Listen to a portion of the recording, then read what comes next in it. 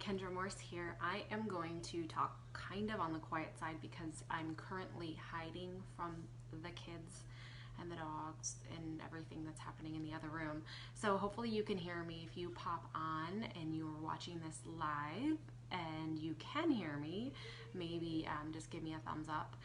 If you can't, then I will speak up, but that will run the risk of me being found, if you know what I mean.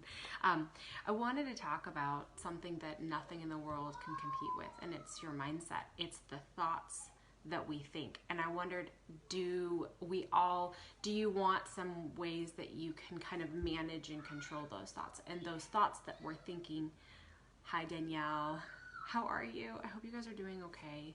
I know that I saw some things going on with your husband. But are your thoughts helping you reach your goals, or are they hurting you? Are they getting in the way? So I was on a live training today with Ray Higdon, and he was talking about the thoughts and the things, the words. What you speak, you keep, is what he said. Anything you speak, you keep. So if you speak, hi Lori, if you speak, I'm frustrated, you're holding that frustration in. If you speak, I'm stuck, you're holding that in. If you speak negatively, you're stopping yourself. And another thing that I talked about a week and a half ago with one part of my team was that, are all of the things that you're saying in alignment with your goals? So when you're talking about your goals for the year, no matter what they are you saying things that match those goals? Are you saying things that support those goals? Or are you saying things that contradict those goals, or are holding you back from doing the things necessary? And so what I'm talking about is when we say, I have a goal of achieving this body or this life, whatever it is, better marriage, better organization. This is something I need help with. But then we say things that get in the way of that I'm never going to get organized. I'm not an organized person. This is me. Like, this is something I struggle with.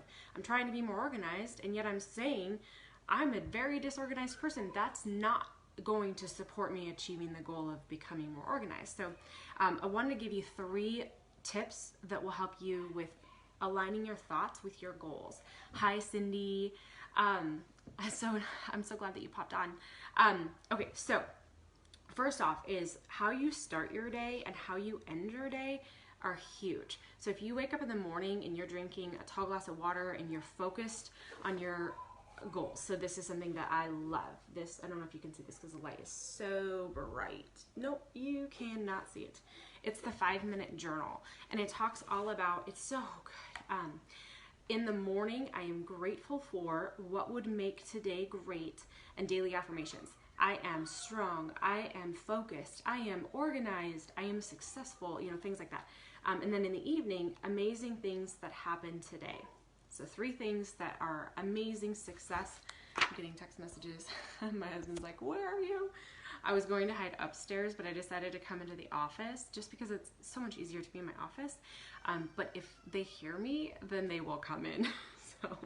And then the last thing is, how could I have made today even better? So one thing that you can really do to help align what you're saying and the thoughts that you're thinking with the goals that you want to achieve is to have a gratitude journal. So drop a heart or an emoji if you have a gratitude journal, if you are writing down your goals, especially in the first little bit of the morning before getting another message.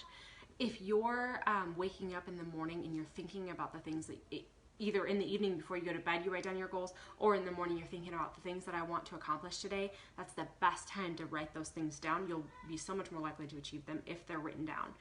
The next thing, control what's going in. So just like your body, Paul Gravett actually had a quote. It was, if you want to feed your body, if you want a great body, feed it well. If you want a great mind, feed it well. So what you're consuming physically affects your body, right? What you're putting into your body from a nutritional standpoint affects your body. Same with your mind. So when you're consuming things, so I have an example. Facebook is one. Sometimes Facebook is super fun and entertaining. Sometimes it's not. And take note to how you feel after you've been on Facebook. And if you feel worse, then maybe that's something you should limit or cut out. There was a TV show, and I'm not going to be someone that's going to come on and say you're horrible if you watch TV. That's ridiculous. I'm not a big TV watcher anymore. I feel like I don't really have, with all of the kids and all of the different things that we have going on, I don't really have a lot of time. Hi, Lindsay. You know, because you're in the same, being a mom and riding horses and crushing goals. It's like, but my point is, there was a TV show that Dan and I used to watch, and this was years ago. And it was so awesome in the beginning. It was so like, oh my gosh, you can't wait to see what the next episode was. Well, then as it started to unfold, after we watched it, I was like, I don't feel good inside. And it was, I guess a drama. I don't know. Anyway, hi, Jennifer. But it just was a TV show that I ended up going to bed feeling almost sick to my stomach and nauseous, thinking, are there really people like this? Or is that reality? Does that actually happen? Is that possible? And literally we stopped watching the series because it was like, I don't want to continue to put this into my mind. Like it had gotten so just dark and twisted that it was like, I don't want to think about things like that. So that's number 2. So just think about the things that you're doing every day and how do you feel after you've done them, and really think, hi, Christine in Australia. What time is it in Australia? I don't even know, but it was Sons of Anarchy. I'm so like embarrassed to tell you guys because it was like such a cool show when it was first out. It was like cool biker gang, and then it just got really awful and you think, oh my gosh, like this is horrible stuff that was happening. Like, I don't even want to talk about, I heard about how the ending went, but it was awful. Anyway, but just what my point is really think about how you feel after you've done different things. And if you feel worse, then really think about limiting those things. So, hi, Alexis. Hi, Shayla. So you loved that show. I mean, it was good. It was entertaining. And it was really like, it sucked you in. But I don't know, I had to stop watching CSI because yes, exactly, Christy. Yeah, it was like you were going to bed thinking about all these awful things. It was like, okay, I want to stop putting this in. So anyways, no, it wasn't. I never did get into The Walking Dead. I stayed away from that one. But yeah, no, it was Sons of Anarchy. Anyways, so the last thing that I want to talk about, the third thing that I want to talk about as far as controlling your thoughts that will help you reach the goals that you want to achieve, it's goal setting. Are you writing down your goals for the day, for the week, for the month?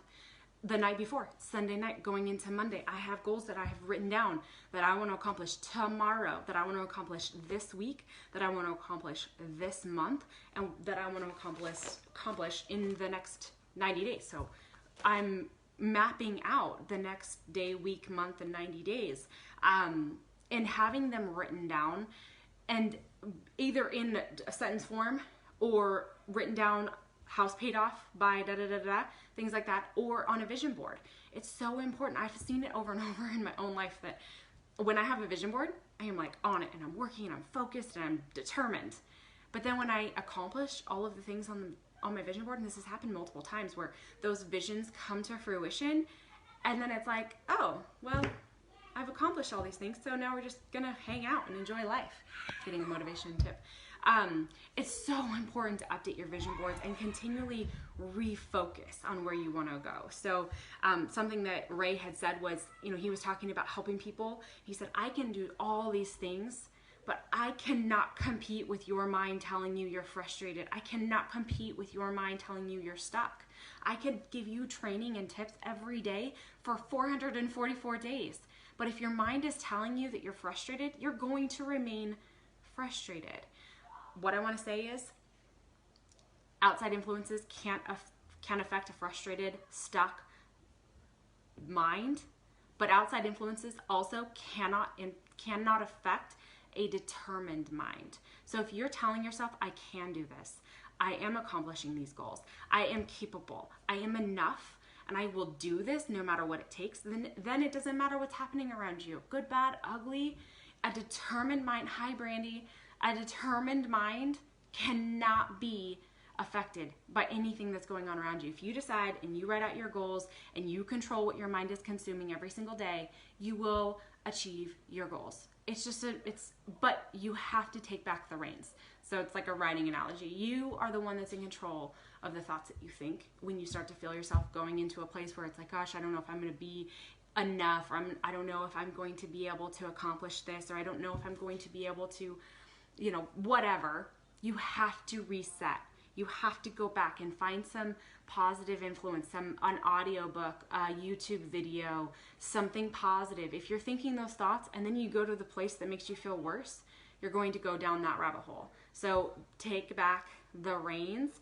I hope this is helpful. If you find this helpful, maybe drop a comment or hit the share buttons. I'd love to talk to you about what your goals are and how I can help you achieve your goals. This is one, like I said, 5-minute journal. I am a huge fan of this. Reach out to me if you want any kind of information on goal setting and reaching your goals. So be bold to love yourself first and believe you can do this. Absolutely, Angelina. If you believe in yourself, nothing else matters. And it's not this isn't what's the word? It's not cocky.